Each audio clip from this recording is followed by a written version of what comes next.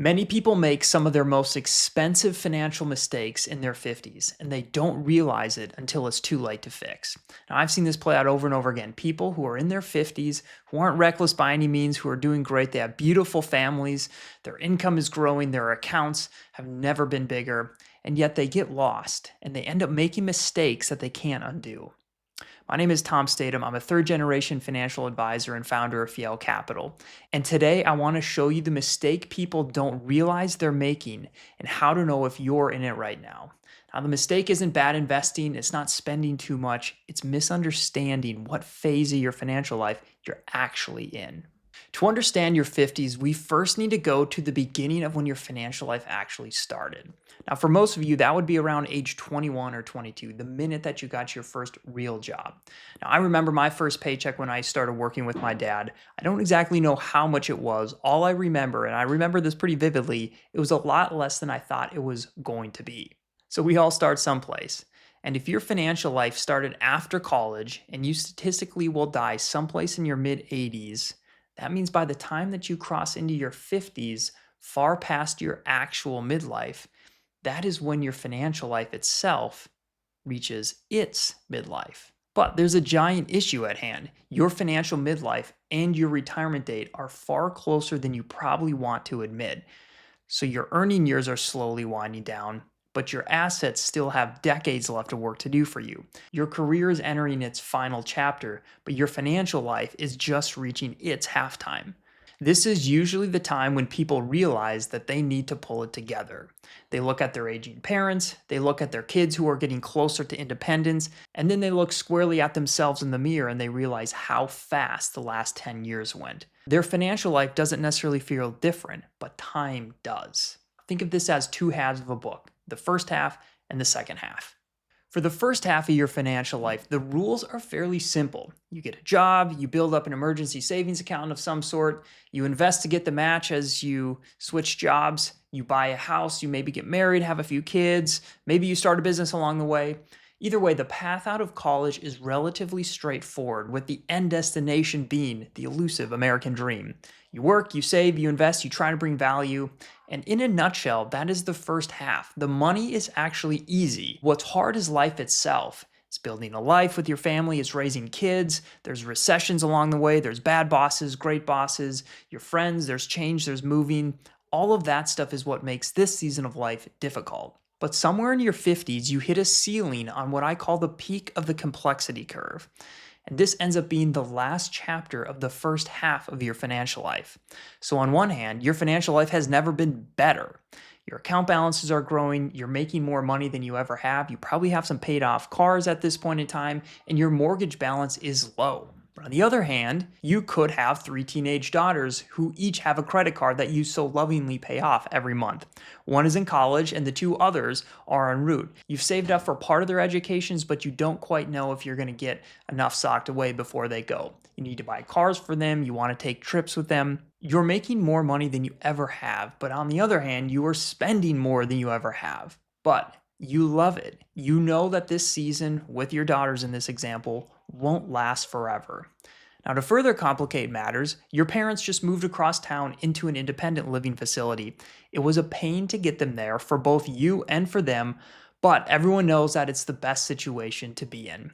And you and your spouse have been fighting about the budget for years at this point. What I just said in a nutshell is you putting the final touches on the last chapter of the first half of your financial life. And you can just sense that the playbook that you have been using for all of these years needs to change. And you can just sense that the playbook that you've been using needs to change because you definitely don't want to work forever.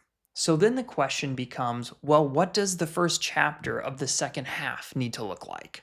Before I get into what the next chapter should look like, let me explain to you what happens when you don't start writing the second half of your financial life when you should. You ultimately lose time.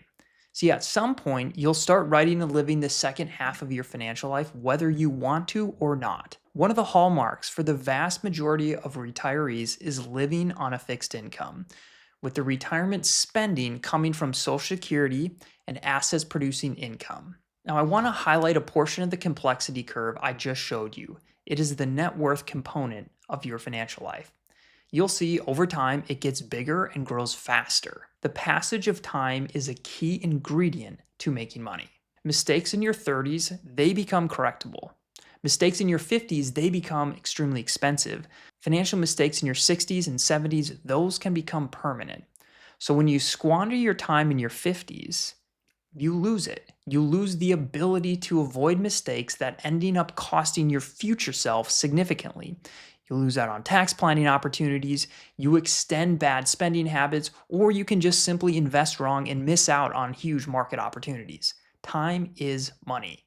And when this happens, you'll end up with a retirement that is heavily reliant on Social Security, which you can decide if that is something you like or not.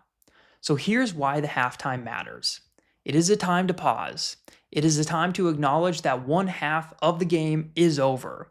You see the end of your career, you take stock, you enjoy your family, you enjoy your health, you enjoy your career, and you put that old book aside and you pick up the new one and you start writing. What this is the beginning of your retirement. You see, retirement isn't just a date, it's actually a process. And what retirement is it's an expression of your freedom.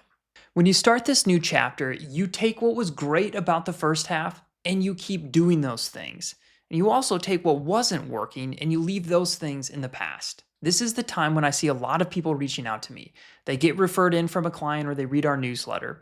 And during our onboarding process, we always ask people, obviously, how old they are. Many of our new families we serve are somewhere towards the end of the first chapter of their financial life, or they're just starting their second. They don't necessarily know about this concept that I'm talking about here today, but they do have some burning questions that they need fixed. I was speaking to a gentleman over last summer who was exactly in this moment. He had sold his business. He'd made a lot of money doing the sale. He had a great portfolio. He just started a second career. His wife went back to work after the kids got out of the house. And by all measures, they had made it, right?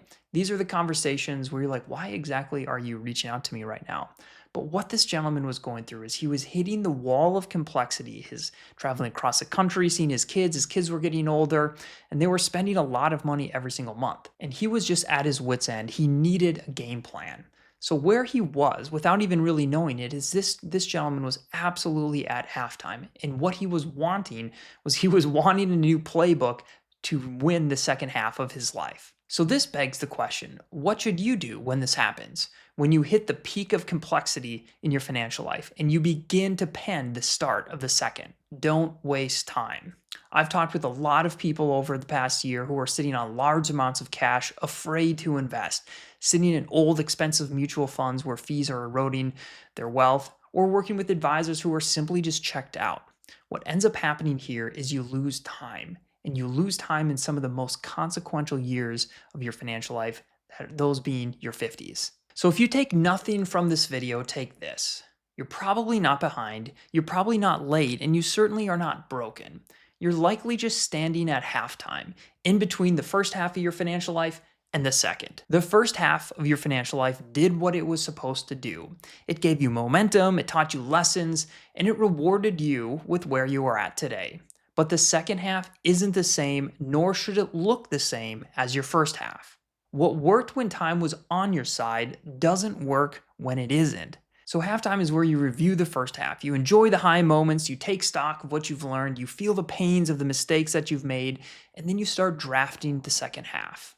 The goal now isn't to just grow faster at all costs. The goal is to avoid the mistakes that you simply cannot do, to put a structure around your wealth similar to what you did to grow it in the first place, and you want to turn your money into more freedom in the future. And the people who do this well, they do not wait. They don't get beat down by the complexity curve. They head into halftime and they leave with a plan to win the second half.